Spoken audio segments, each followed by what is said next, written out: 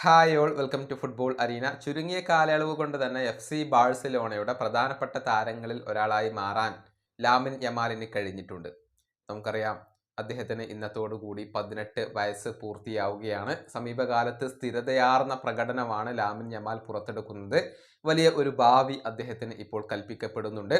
ഏതായാലും തൻ്റെ പുതിയ അഭിമുഖത്തിൽ FC ബാഴ്സലോണയുടെ ചരിത്രത്തിലെ ഏറ്റവും മികച്ച 11 യമാൽ ഇപ്പോൾ തിരഞ്ഞെടുത്തിട്ടുണ്ട്. ആരൊക്കെയാണ് അദ്ദേഹത്തിന്റെ ടോപ്പ് 11 ഇടം നേടിയിട്ടുള്ളത് എന്നുള്ളത് നമുക്കൊന്ന് പരിശോധിക്കേണ്ടതുണ്ട്. ഗോൾ കീപ്പർ ആയിക്കൊണ്ട് വിക്ടർ വാൽഡസിനെയാണ് അദ്ദേഹം തിരഞ്ഞെടുത്തിട്ടുള്ളത്. ഇനി പ്രതിരോധ നിരയിൽ 3 താരങ്ങളെയാണ് അദ്ദേഹം ഉൾപ്പെടുത്തിയിട്ടുള്ളത്. 3 സെന്റർ ബാക്കുമാരെ നമുക്കിവിടെ കാണാൻ കഴിയും.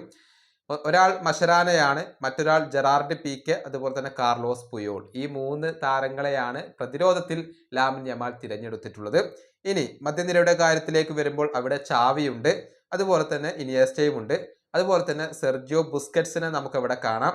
കൂടാതെ റൊണാൾഡീഞ്ഞോയെ കൂടി ഇപ്പോൾ ലാമിൻ യമാൽ തിരഞ്ഞെടുത്തിട്ടുണ്ട്. മുന്നേറ്റ നിരയിൽ MSN ആണ് വരുന്നത്. അതായത് ലയണൽ മെസ്സി ഉണ്ട്, ലൂയിസ് സുവാരസ് ഉണ്ട്, നെയ്മർ ജൂനിയർ ഉണ്ട്. ഇങ്ങനെയാണ് ഇപ്പോൾ FC ബാഴ്സലോണയുടെ ചരിത്രത്തിലെ ഏറ്റവും മികച്ച 11 ആയിക്കൊണ്ട് ഇപ്പോൾ ലാമിൻ യമാൽ തിരഞ്ഞെടുത്തിട്ടുള്ളത്. ഒരുപിടി ലെജൻസിനെ നമുക്കിവിടെ കാണാൻ കഴിയും എന്നുള്ളതാണ്. ഏതായാലും നിലവിൽ കളിച്ചുകൊണ്ടിരിക്കുന്ന താരങ്ങൾ ആരും തന്നെ ഇതിൽ ഇല്ല.